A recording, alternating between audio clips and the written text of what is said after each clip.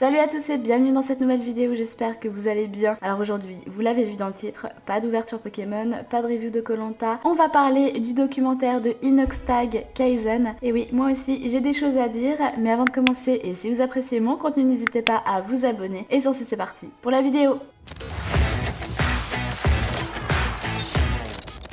Alors déjà, un peu de contexte pour ceux qui ne connaissent pas, donc Inoxtag, de son vrai prénom Inès, c'est donc un créateur de contenu qui a commencé assez jeune sur YouTube, notamment avec Minecraft et ensuite avec Fortnite, et au fil des années, il a commencé à se diversifier et à faire de plus en plus de gros concepts, des gros jeux, notamment avec son ami Michou, donc des 24 heures de survie, des cache-cache géants et plein d'autres choses. Si ça vous intéresse, n'hésitez pas à aller voir, moi personnellement j'aime bien, je trouve ça assez divertissant. Alors moi personnellement, je l'ai connu avec la série de vlogs Les Croutons, donc au Mexique, il y avait notamment Michou et le Bouzeux, et j'ai tout de suite trouvé voilà, que c'était un petit jeune plein d'énergie, peut-être un peu maladroit dans sa manière de parler, mais personnellement ça m'a pas dérangé étant donné que déjà je travaille avec des pré-ados, j'ai aussi beaucoup travaillé avec des adolescents, donc voilà, cette tranche d'âge, on va dire que j'ai un bon feeling, je m'entends bien avec, donc voilà, personnellement ça me dérange pas. Donc voilà, il y avait quand même pas mal de blagues un peu puériles, mais j'ai quand même perçu que c'était un mec assez sympathique, plein d'énergie comme je l'ai dit, de bonne humeur, et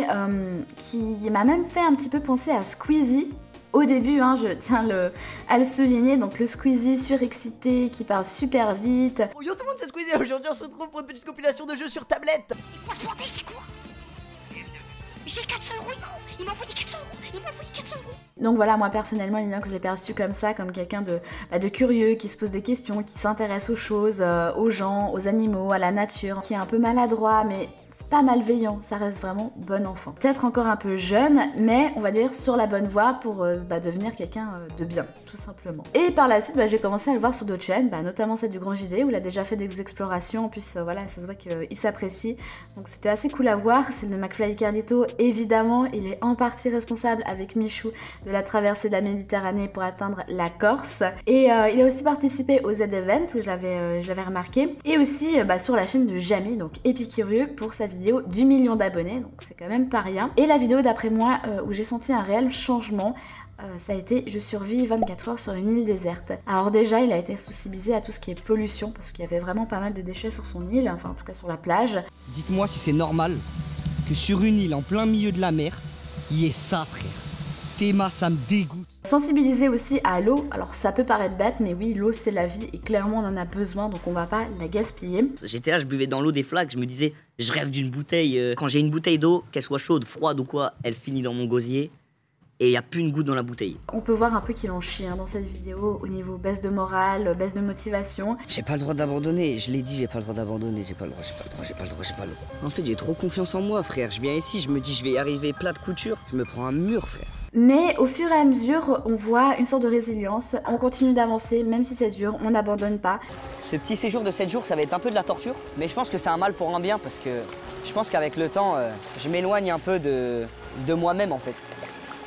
Je me connais pas moi-même réellement. Donc voilà, cet esprit un peu shonen qu'il avait d'après moi déjà avant, mais là, étant donné qu'il a été confronté à de la difficulté, il a dû se motiver, ne pas lâcher prise. Ça peut paraître simpliste, hein, toutes ces révélations, on va dire, mais franchement, c'est pas donné à tout le monde de réaliser ça. C'est pas donné aussi à tout le monde de se retrancher dans des extrêmes. J'espère qu'à travers ma vidéo, ça va peut-être motiver certains.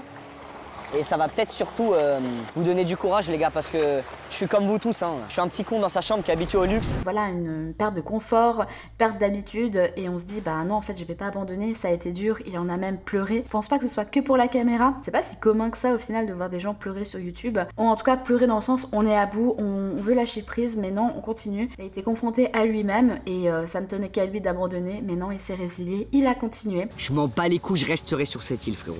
Allez, t'as voulu jouer, maintenant c'est ça, voilà. Voilà, c'était à ça à quoi t'attends. Tu le savais en venant. Tu pensais que c'était facile, mais non, frérot. Putain, pourquoi je fais des jeux de con comme ça? Si on n'a pas la chance de s'en rendre compte, on passe à côté, et encore une fois, c'est pas donné à tout le monde de vivre des expériences comme ça. Personnellement, ces expériences, je les ai vécues surtout quand je suis partie en voyage. Donc je peux assez vite comprendre que dans notre petite bulle, voilà, en France, en Suisse, en Europe en tout cas, on est à peu près préservé de tout ça et on se rend pas compte du quotidien du monde, tout simplement. Et voilà, d'après moi, cette vidéo, il y a eu un déclic et le changement était amorcé. Alors je passe un peu pour arriver à son annonce, donc durant son live des 8 millions où j'étais présente. Alors j'ai pas tout regardé, mais j'ai regardé une bonne partie. Donc voilà, il va nous présenter une super vidéo où il va nous annoncer son défi. Donc en un an, il a décidé de s'entraîner à fond pour gravir le plus haut sommet du monde, le mont Everest. Rendez-vous en 2024, au pied du mont Everest. Alors évidemment, la surprise pour beaucoup, moi y compris, un peu sceptique, on attendait de voir, et plusieurs vidéos ont commencé à apparaître sur sa chaîne, notamment des vidéos d'alpinisme, des stories aussi sur son compte Instagram où il commençait à s'entraîner.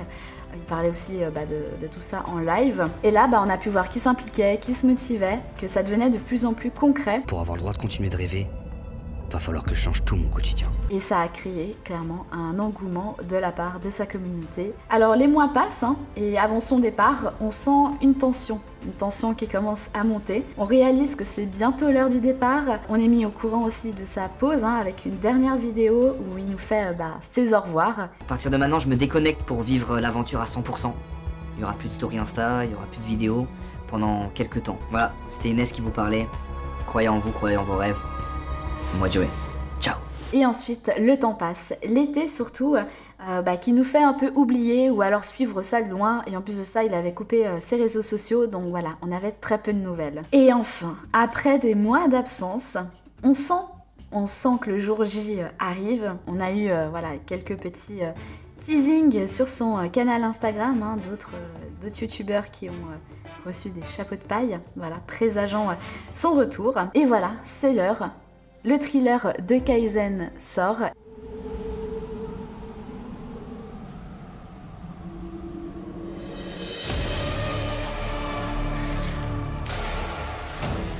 Et on apprend du coup qu'il va sortir aussi en salle. Alors j'ai pas le nombre de salles où il a pu apparaître à l'écran, mais énormément du coup.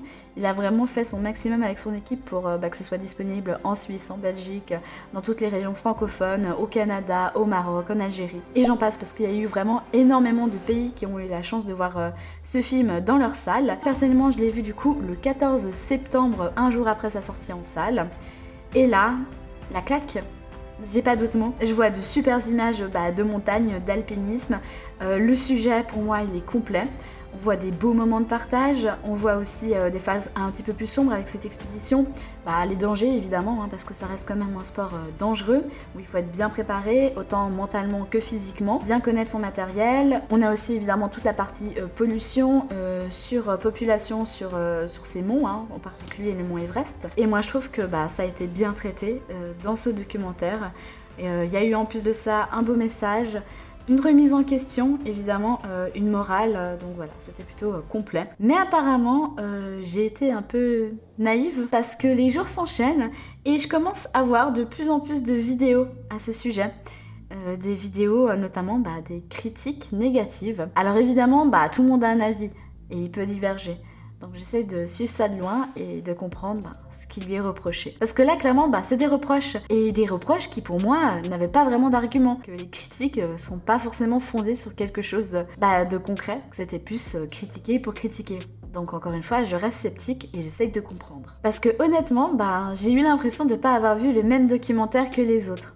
Alors ok, je suis peut-être un peu trop naïve, ou c'est les autres qui sont trop aigris, mais j'ai eu l'impression que c'était tellement plus facile de lui tirer dessus que de juste admettre que il avait fait quelque chose de grand, autant pour lui que pour YouTube. Alors oui, évidemment, je sais que le buzz fait vendre, je sais que les critiques négatives sont plus impactantes au niveau des vues que juste admettre qu'il avait fait quelque chose de bien. Alors voilà pourquoi on se retrouve aujourd'hui, vous et moi, dans cette vidéo. Tout simplement parce que j'ai décidé aussi de donner mon point de vue tout simplement. Alors très honnêtement, à la base, j'allais pas faire une review ou une critique de son documentaire. Moi personnellement, j'ai aimé ce film, j'ai apprécié ce que j'ai vu et j'estimais que mon avis n'allait rien apporter. Et ce sera peut-être d'ailleurs le cas dans cette vidéo aussi. Mais honnêtement, face à l'engouement de chacun, face à cette vague de critiques négatives, je me suis dit non, il faut que je donne mon point de vue, moi aussi. J'ai des choses à dire et je vais rajouter mon grain de sel. Alors évidemment, je vais pas faire des généralités. Il n'y a pas eu que des critiques négatives. Comme j'ai dit, le documentaire il est sorti samedi 14 septembre. Et honnêtement, la semaine qui a suivi, moi, sur mon fil d'actualité YouTube, et je pense que l'algorithme y est pour beaucoup, j'ai vu que du négatif. Et du négatif surtout sur la réalisation en fait de son documentaire, sur les images qu'ils nous ont proposées, sur les sujets aussi qui ont été abordés ou trop peu abordés, notamment la pollution, le surtourisme, etc. Honnêtement, je sais pas si ma vidéo va apporter quelque chose, mais voilà, je tenais à la faire, je tenais à exprimer mon avis et surtout mon incompréhension face à ce mouvement de aigri que j'ai vraiment eu du mal à supporter, tout simplement. Bien sûr, encore une fois, on a le droit de pas aimer. C'est pas ça le problème. Là, j'ai juste senti que c'était juste malveillant et gratuit. Alors je vous le dis tout de suite, je vais pas citer de nom. Si vous êtes un peu intéressé au sujet, vous savez de qui je parle. Et si vous savez pas, vous pouvez marquer en barre de recherche YouTube Inoxtag critique Everest. Et voilà, vous tombez sur d'innombrables vidéos qui le descendent, tout simplement. Et en partie, ce qui m'énerve le plus, c'est que d'après moi, les gens qui ont été le plus piquants, c'est des gens de ma génération.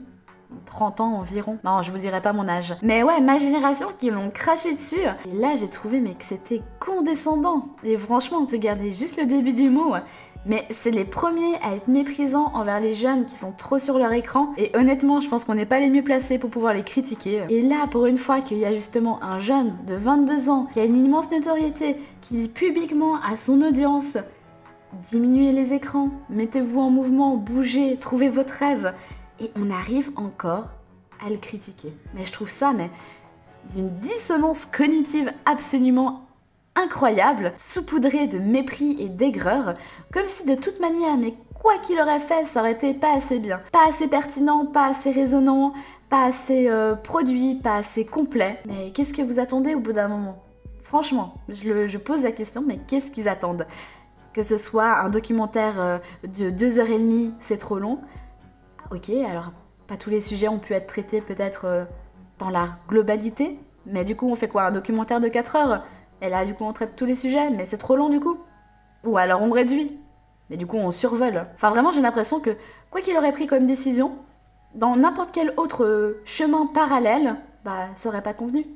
Parce que voilà, c'est juste des gens qui ont envie de critiquer pour critiquer. Vraiment j'arrive même pas à croire à ce que je dis, j'ai l'impression que c'est juste tellement bateau. Mais c'est un peu la seule conclusion auquel je suis arrivée. Et honnêtement, j'aurais pas de réponse dans cette vidéo. C'est plutôt pour exprimer cette incompréhension, justement. N'hésitez pas d'ailleurs à m'écrire en commentaire pour me donner votre point de vue. Honnêtement, ça m'intéresse. Je vais essayer de comprendre l'inexplicable. Voilà, c'est mon but pour cette vidéo. Donc voilà, je remets encore un peu dans le contexte pour ceux qui sont pas au courant.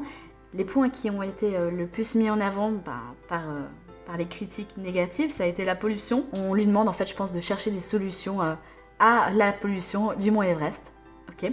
Les risques, voilà, pour ceux qui n'ont pas compris, c'est risqué en fait de gravir la plus haute montagne du monde. Mais il faut encore le rajouter, il faut le réexprimer. Il faut vraiment bien appuyer dessus. Il y a des morts.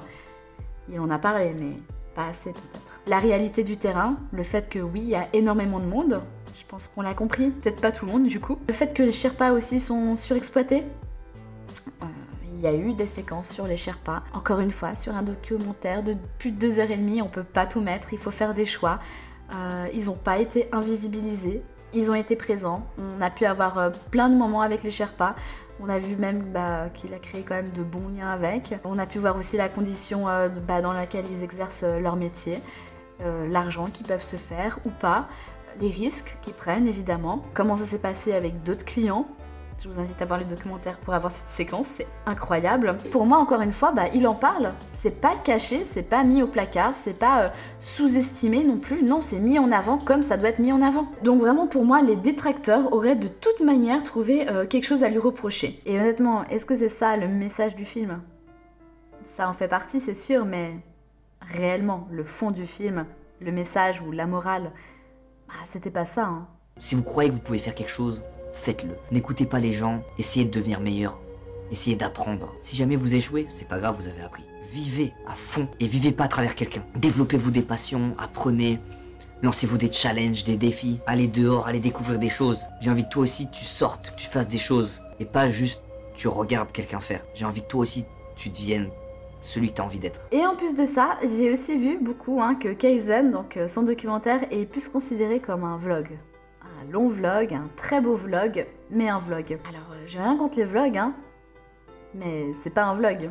En tout cas pour moi, c'est clairement pas un vlog. Parce que clairement, il y a des parties en mode storytelling avec la vie d'Inox, son quotidien, ses remises en question, ses questionnements. Et je trouve ça mais tellement réducteur pour toutes les personnes qui ont travaillé dessus, que ce soit avant, pendant ou après. Il y a aussi un côté assez ludique avec tous les entraînements, avec l'alpinisme, les dangers, les prises de vue en montagne qui sont encore une fois superbes. Il y a une mise en scène, c'est sûr. Ça reste quand même une production qui est sortie sur grand écran. Et le message, enfin ce film, ce documentaire, c'est plus que ça. Au fond, il y a la forme c'est sûr, mais le fond, c'est le message qui compte. Et pour moi, le message, il est hyper bienveillant. Et encore une fois, c'est pour ça que je comprends pas pourquoi on est obligé de critiquer et d'émettre un avis pour le moins aigri. Moi j'ai le droit de rêver, et j'ai envie que toi aussi t'aies le droit de rêver. Et que t'aies le droit de croire en tes rêves. C'est inspirant, c'est motivant. Heureusement, ouais, ça donne envie de se bouger, de se donner un objectif et de tout faire pour l'atteindre. Quand j'entends par exemple qu'il risque d'avoir du surtourisme à cause du documentaire d'Inox, je me dis mais non, il faut pas déconner. Déjà, il le montre, il y en a déjà. Pas tout le monde veut gravir l'Everest. C'est quand même un objectif hors du commun. Déjà pour la condition physique qu'il faut avoir, mais aussi l'argent, et ça il le dit, hein, c'est un coût. Et pas tout le monde, encore une fois, a envie de monter l'Everest. J'imagine pas sa communauté se dire « Ah bah vas-y, on va tout faire pour gravir l'Everest ». Et encore une fois, le fond du documentaire est très clair. Trouvez votre rêve. Alors, est-ce que c'est un caprice de riche? Moi, je trouve encore une fois réducteur de trouver cet angle d'attaque pour le critiquer. Oui, certainement, des riches ont envie de gravir l'Everest. Écoutez, grand bien leur face. S'ils en sont capables, tant mieux. S'ils doivent payer une quinzaine de Sherpas pour le faire, écoutez, en fait, ça fait vivre des Sherpas. Donc, est-ce que c'est négatif? Franchement, c'est vraiment tout blanc ou tout noir, j'ai l'impression, dans ces critiques. Il n'y a jamais de demi-mesure. La motivation, l'argent, la condition physique, c'est pas le rêve de tout le monde de gravir l'Everest. Donc je pense pas que ça va créer encore un engouement développé sur l'alpinisme. Après, je peux me tromper, peut-être que les sports de haute montagne vont devenir hyper à la mode après ce documentaire. Mais franchement, j'en doute. Et encore une fois, c'est tellement pas le message de ce documentaire. L'idée, c'était vraiment de trouve-toi un rêve et fais tout pour le réaliser. Bouge-toi un minimum. Je sais pas, intéresse-toi à d'autres choses, sois curieux, apprends, rencontre des gens, mais non, va pas forcément monter l'Everest. Et franchement, j'espère que le message de ce film va pouvoir motiver des jeunes. Imaginez juste dans 10 ans, 15 ans, on voit une interview, je sais pas, d'un petit jeune qui cite ce documentaire comme source de motivation parce que voilà, il a réussi à monter sa start-up, à créer une nouvelle technologie, une nouvelle innovation, mais ce serait dingue. Là, à l'heure à laquelle je tourne cette vidéo, ça fait 12 jours que le documentaire est sorti et il y a eu 32 millions de vues. Mais vous imaginez, même si juste 1% a été touché par ce documentaire et a décidé justement de réfléchir à qu'est-ce qu'il voulait faire dans la vie, à se donner les moyens et à se mettre en mouvement, mais ce serait dingue. Il fait rien de mal. Franchement, je comprends pas comment on peut dénigrer ça. C'est juste de l'aigreur. Alors oui, peut-être qu'on peut estimer que son message en fin de vidéo est un peu bateau par rapport aux écrans, mais en vrai, on va pas le blâmer là-dessus. Au fond, il a raison. La majorité d'entre nous est trop sur les écrans et je trouve qu'il est vraiment bien placé pour en parler. En plus de ça, il a une notoriété, donc autant l'utiliser pour délivrer un beau message. Alors, je voulais aussi souligner dans les critiques que j'ai vues qu'il y a des gens qui ont trouvé qu'il y avait trop de sponsors. Je trouve ça complètement normal. Vu l'envergure du projet, il a dû trouver des financements annexes en plus de sa contribution personnelle. Donc oui, il y a eu des marques qui ont participé, il y a eu des séquences un peu publicitaires, mais franchement, ça m'a pas dérangé. J'ai pas trouvé que c'était mal amené ou que c'était incohérent par rapport au film. Et surtout, j'ai l'impression que les gens ont tendance à oublier que ce contenu, pour les gens qui sont pas allés le voir au cinéma, nous a été présenté gratuitement sur sa chaîne YouTube. Parce que bon, on va quand même remettre les choses dans son contexte. On a eu plus de 2h30 d'images magnifiques, quasiment inédites sur YouTube, avec un beau message, un voyage initiatique, avec un esprit shonen, et tout ça gratuitement. Donc au bout d'un moment, il faut juste arrêter d'être de mauvaise foi. Je trouve en fait qu'il y a énormément de gens qui ont mis beaucoup d'énergie à le critiquer niveau proportion, mais je trouve ça démesuré parce que, je sais pas, il a été fidèle à lui-même, ça reste un beau message, ça reste un beau film, et je trouve ça dingue, l'énergie qui a été mise en place, ainsi que la mauvaise foi des critiques négatifs, en fait, je trouve ça juste pas proportionnel à tout le travail qui a été accompli. Je suis complètement ok sur le fait qu'on peut pas être d'accord sur tout, qu'on peut pas aimer tout. Inox, sa personnalité, le message, ok, d'accord, peut-être qu'il est trop bateau, peut-être qu'il est trop naïf, et là, c'est vraiment nul. mais juste nul en fait. Désolée, mais j'ai pas d'autre argument que juste c'est nul. Et honnêtement, je trouve ça juste aberrant et très triste. Et au final, je pense que malgré énormément de vidéos à gros budget sur sa chaîne, celle-là au moins va pouvoir rester dans les mémoires, étant donné que son message est authentique et bienveillant. Donc voilà mon avis sur le film, sur toute cette histoire. Bon, comme vous avez vu, moi j'ai apprécié le documentaire, j'ai juste été un peu peinée de la réaction de certains, qui a été quand même assez virulente. J'ose à croire que Inox s'en fiche, ou en tout cas que ça lui passe au-dessus. De toute façon, je pense que voilà, il sait ce qu'il vaut. En plus, j'ai l'impression qu'il a pris, je sais pas, un gain de maturité. Je l'ai vu dans pas mal d'interviews qu'il a fait après coup, il a l'air beaucoup plus posé, calme. Je sais pas, apaisé. Je pense que ça lui a fait aussi du bien, la pause avec les réseaux sociaux. Donc voilà, moi personnellement j'attends de voir ses prochaines vidéos. Déjà il nous a annoncé qu'il allait faire un peu moins de vidéos et que ce sera sûrement des vidéos avec voilà ce type de message de bienveillance, de positivité, d'accomplissement, de défis personnels, etc. Donc je suis assez contente de la direction qu'il prend. Je vous avoue que voilà, j'espère avoir aussi plus de vidéos dans ce genre, que ce soit dans le YouTube francophone de manière générale. Donc voilà, quoi qu'il en soit, j'espère que ma vidéo vous aura plu. Si c'est le cas, n'hésitez pas à la liker, la commenter, bien sûr, à vous abonner. J'espère atteindre les 3000 abonnés avant la fin de l'année, donc n'hésitez pas. Et moi, écoutez, je vous dis à très bientôt dans une prochaine vidéo. Ciao, ciao!